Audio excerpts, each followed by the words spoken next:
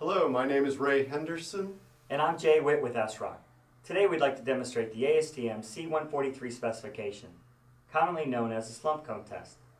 The tools you need for the test are a slump cone, a flat non-absorptive surface, a scoop, a tape measure, and a 5/8 inch diameter tamping rod with hemispherical ends. We will begin the test by dampening the interior of the slump cone and the base. Place the mold on a rigid, flat, level surface. Hold the mold firmly in place by standing on the two tip pieces on either side of the mold. Using a scoop, fill the cone in 3 equal layers by volume, moving the scoop around the perimeter of the cone to ensure an even distribution of concrete.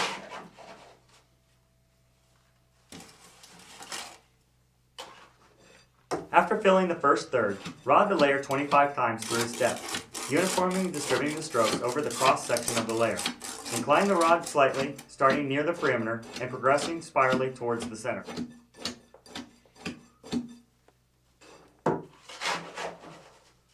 Next, fill the second third of the cone by volume, moving the scoop around the perimeter.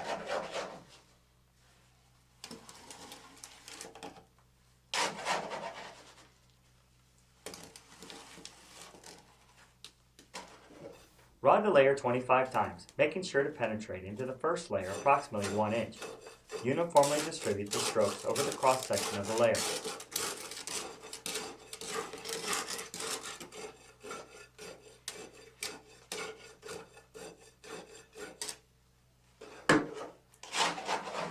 Fill the remaining third with concrete, filling it slightly over the top of the cone.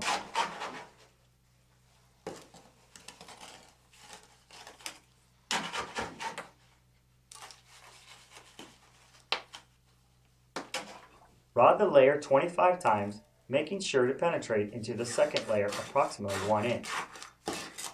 If at any time the concrete falls below the top of the mold, add additional concrete to keep an excess above the mold. Continue the rodding count from the value reached before the concrete was added.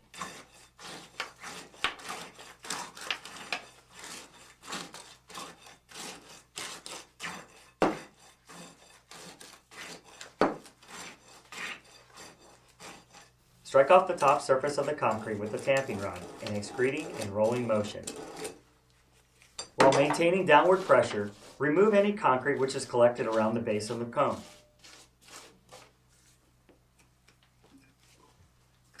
Raise the cone in a steady vertical direction in a time frame of 5 ± 2 seconds.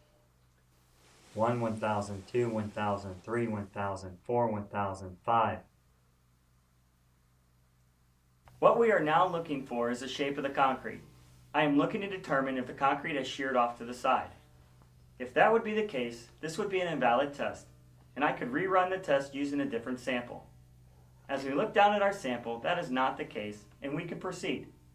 We will use the mold and the tamping rod, measuring the bottom of the tamping rod to the original displaced center to the nearest 1/4 inch. In this test, our slump is now 5 3/4 inches, and we can record the results.